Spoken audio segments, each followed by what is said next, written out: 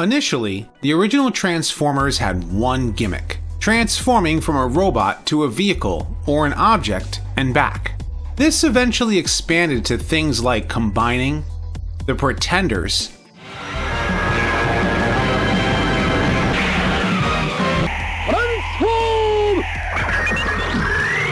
and even to losing the ability to transform. Who will join me? Who will give up the power to transform to become stronger, faster, more alive? However, the ability to transform into one vehicle expanded to two with triple changers. And as the battle between the Autobots and Decepticons rages on, Megatron creates triple changers, the most evil Decepticons of all.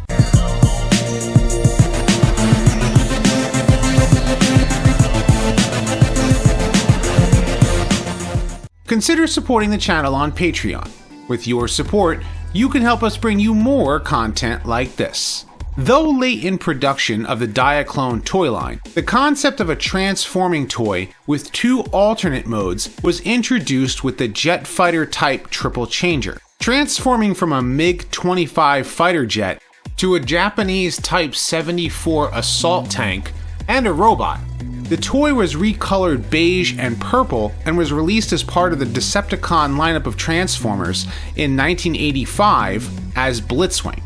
Alongside him was Astrotrain, who could transform from a JNR Class D-51 steam locomotive to a space shuttle to a robot and back. The two began appearing in Season 2 of the cartoon, and much like the other Autobots and Decepticons introduced, they arrived with no explanation as to how they joined their respective factions. Blitzwing, thank you! Blitzwing was a ruthless thug, voiced by Ed Gilbert, while the power-hungry Astrotrain was voiced by Jack Angel. Astrotrain, what about me? Die like the worm you are! Initially, we could assume that they joined Megatron sometime in between Season 1 and 2. However, the episode Desertion of the Dinobots throws an immense wrench into that theory. Because the Transformers aboard the Ark were in stasis for 4 million years, an element known as Cybertronium began to break down within their bodies, which caused their functions to not work properly. Hey, I'm stuck! I can't transform! Ow! Thanks!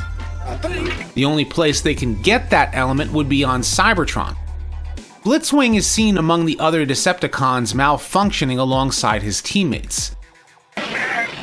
Shift or be smashed! This would mean that he was aboard the Ark but did not show up during Season 1 of the cartoon.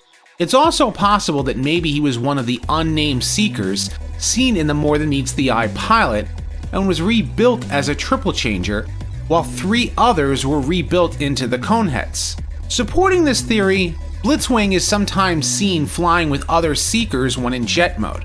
As for Astrotrain, he was not present in that episode, nor was he in the episode Dinobot Island, which introduced most of the new Season 2 characters. It's more likely he joined up with Megatron afterwards, sometime before Megatron's master plan. He served as a Decepticon transport thanks to mass shifting, as even Devastator could form inside him while in shuttle mode. While it's possible that Astrotrain's toy was developed for Diaclone, his dark gray and purple prototype was used for the 1985 Transformers toy catalog, which served as the basis of his animation model. The finished toy's color scheme opted to use white instead of gray to closer match an actual space shuttle. In Japan, Astrotrain was made to be even more real-world accurate, even sporting NASA stickers for his shuttle mode. In true Decepticon fashion, the 2 triple changers attempted to make themselves leaders of the Decepticons in the episode Triple Takeover. However, Megatron still reigned supreme. But never forget that I, Megatron, will always be leader of the Decepticons! Their loyalty was still questionable afterward. After the Battle of Autobot City, Astrotrain requests that they lighten the load that he's carrying to make it back to Cybertron. Give this in some weight or I'll never make it to Cybertron! Starscream then suggests they toss out their wounded. What a bet?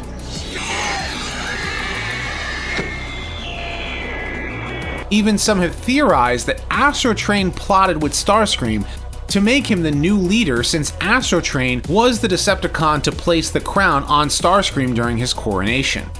As for Blitzwing, he was smart enough to realize that the Quintessons were plotting against Galvatron. The insane Decepticon commander's circuits were too fried for reasoning, and so Blitzwing led Rodimus Prime to try to stop the Quintesson trap.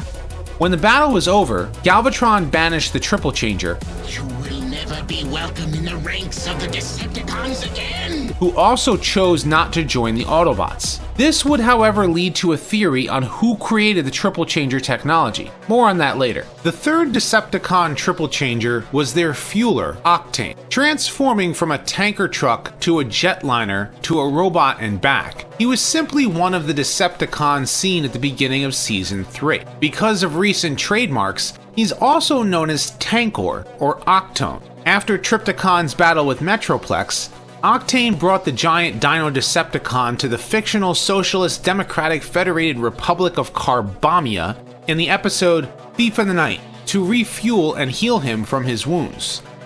While Galvatron did take over the country, he eventually lost and banished Octane, putting a price on the Triple Changer's head. This eventually led to Octane accidentally releasing Starscream's ghost from the Decepticon crypt on Cybertron.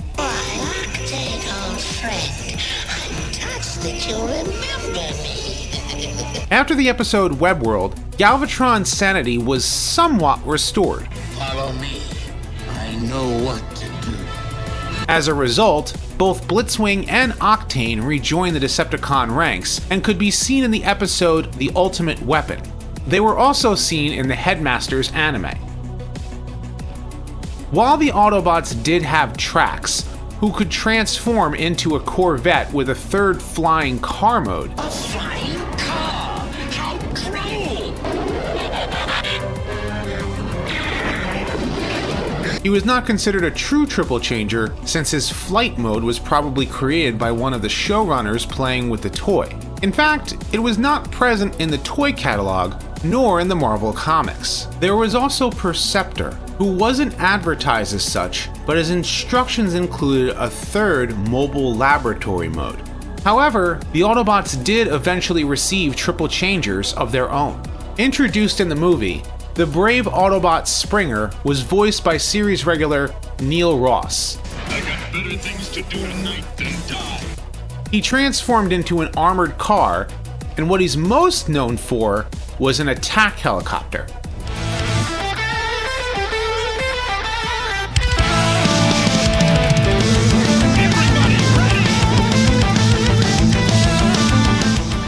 Springer's confident bravery won over the affections of RC. Not to discourage you, but what did I do to deserve all this?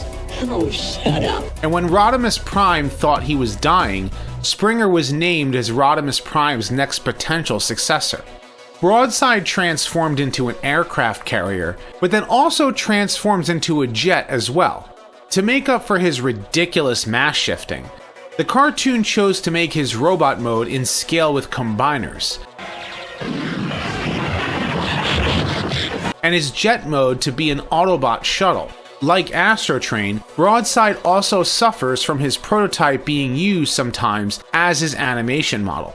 The last of the three was Sandstorm, who transformed into a dune buggy and a Sikorsky MH-53 Pavlo helicopter. He comes from a colony of Cybertronian pacifists from the planet Paradron. Welcome to Paradron, friends. When the Decepticons found and took over the planet, Before a society can move forward, all must agree on the rules. Now, Neo! Sandstorm quickly escaped, I sure hope I can find some friends out there. meeting up with the Autobots on Cybertron. After coming to the rescue of the Paradronians, It's time we fought for what we believe in. Our freedom, our planet, our lives. We don't have time for this. Either fight or flee. Rodimus Prime sees the only way to stop the Decepticons is to destroy the planet itself. Sandstorm and his fellow Paradronians would come to Cybertron, joining the Autobots. It's as beautiful in death as it was in life. Well, no need to get all mushy. Cybertron's a better place anyway. Not so perfect. In the Headmaster's anime, all 3 Autobot triple changers also made brief appearances as well. In the Marvel Comics, the Decepticon triple changers would be sent by Commander Ratbat to retrieve a Decepticon freighter on Earth. They found out it was infected by scraplets, small parasites that eat metal. The triple changers, along with Blaster and Goldbug, were also infected by them until they found the cure, the rare Cybertronian liquid we humans like to call water. The triple changers would then join the Earthbound Decepticons until an underbase powered Starscream destroyed them. As for the Autobot triple changers, they for the most part did not appear in the US Marvel Comics. They did, however, appear in the UK exclusive stories as part of the Autobot Task Force, the Wreckers.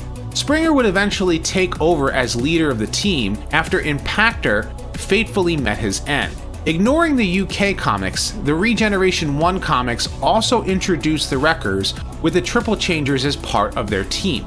After the initial 6 Triple Changers were released, other Transformers were also made with more than one alternate mode. Although they didn't have the distinct title of Triple Changer, some may or may not count them as official Triple Changers. There was the Headmaster Horicons, the side-switching Double Dealer, and even the Headmaster Citybot Scorponok, all making mention of their multiple modes. Their popularity even led to multi-changers such as Six-Shot, Quick Switch, and 2001's Robots in Disguise Megatron. But they are a discussion for another day. In fiction, their origins may vary by continuity, but we can assume that some Transformers simply have a transformation cog that can handle more than one alternate mode. In the G1 cartoon, Blitzwing alludes to the fact that he is familiar with the Quintessons in Five Faces of Darkness Part 3. We've met before, haven't we? I know you, or creatures like you. If only I could remember. Along with Sandstorm being a triple changer as well, this would indicate that the technology was developed by the Quintessons. eHobby released Blitzwing in his Diaclone colors under the name Overcharge. According to the toy's bio, Overcharges were all-in-one commando troops built by the Quintessons. This would explain the multiple Blitzwing tanks seen in the Season 3 opening. To explain how, their transformation cogs were probably altered to allow for a second alternate mode. According to the Japanese Legends manga, which in and of itself is its own continuity, a bizarre turn of events has Legends Blitzwing meet himself when he was a Quintesson's personal overcharge commando, and he tells the young warrior to think for himself and go by the name of Blitzwing. If we were to take these stories into account within the cartoon, an Overcharge did join the Decepticons under the name of Blitzwing. He was aboard the Ark with Megatron but remained unseen in the background until Season 2 of the cartoon. The other Triple Changers were probably created by studying the differences in the Overcharge unit's transformation cogs, allowing some Transformers to have more than one alternate mode. This would explain why there is technically only 6 with the official name. This concept was also present in the Dreamwave comics, where Blitzwing naturally evolved with extra parts giving him his triple changer ability. Shockwave would then experiment on other Transformers in an attempt to replicate this ability. This would give birth to the Duocons. Flywheels and Battletrap were Decepticons who can transform into 2 separate vehicles that merged into one robot. Eventually, Shockwave's experiments yielded a success with the other standard triple changers. In the IDW comics, there was no specific origin for the triple changers. Blitzwing was part of the Triorian Guard, along with Overcharge before joining the Decepticons alongside the other triple changers. The Autobot trio was also part of the Wreckers in IDW, however, Springer's origin will have to be left when I eventually cover the Wreckers in another video. In Transformers Animated, Blitzwing was one of Megatron's loyal Decepticons with a unique twist. I will choose this fighter jet. No, the assault tank! Shit. Tank! Why not scan balls? According to the Allspark Almanac, Black Arachnia experimented on him, turning him into a triple changer. The The process also fractured his mind into 3 distinct personalities. The face-changing gimmick, inspired by Manny faces from Masters of the Universe, was also used on the Generations toy. In the Align continuity, the Rescue Bot's leader, Heatwave, scanned a fire rescue boat, giving him a 3rd mode, although none of his toys are triple changers. In addition, Optimus Prime and the whole Rescue Bots team gained additional dinosaur modes in the show's 3rd season. This makes Heatwave a 4-mode multi-changer. In the live-action films, Mixmaster has an additional canon mode seen in Revenge of the Fallen. Since he was one of the Constructicons, there was no mention of him being a triple changer. However, in Age of Extinction, Drift can transform into a Bugatti Veyron and a Cybertronian helicopter. Because movie designs are overly complex, none of his toys have both modes. Instead, they are one or the other. The same can be said about the Decepticons seen in the upcoming Bumblebee film. As of this recording, this may still be considered spoilers, so be warned. The 2 new triple changers seen in the film are Autobot hunters. Shatter transforms into a Harrier jet and a Plymouth Satellite GTX. Her partner, Dropkick, transforms into a Bell AH-1 Super Cobra helicopter and an AMC Javelin. Like Drift, their toys will not be triple changers like they are seen on film. The Seeker jet seen in the film is named Blitzwing. Yes, I'm aware that he looks like Starscream, but the famous Decepticon Air Commander can be seen on Cybertron alongside Shockwave and a large group of Seekers behind him. While he is not named in the dialogue of the movie, his name is in the credits, being voiced by David Sobolov. Transformers fans should be familiar with him, as he also voiced Depth Charge in Beast Wars and Shockwave in Prime. This version of Blitzwing is not a triple changer, as he is only seen with the classic Seeker mold transforming from an F4 Phantom. This is similar to how the tank in the 2007 film went by the name Devastator instead of his official name of Brawl. In my opinion, he's nothing more than a random Seeker Decepticon who happens to be called the same name as the triple changer we're all familiar with. Who knows? Maybe we'll see the real Blitzwing in a Transformers film in the future. But what do you think? Should just any Transformers with more than one alternate mode be considered a triple changer? Or should it just be the standard 6? And what do you make of live-action Blitzwing?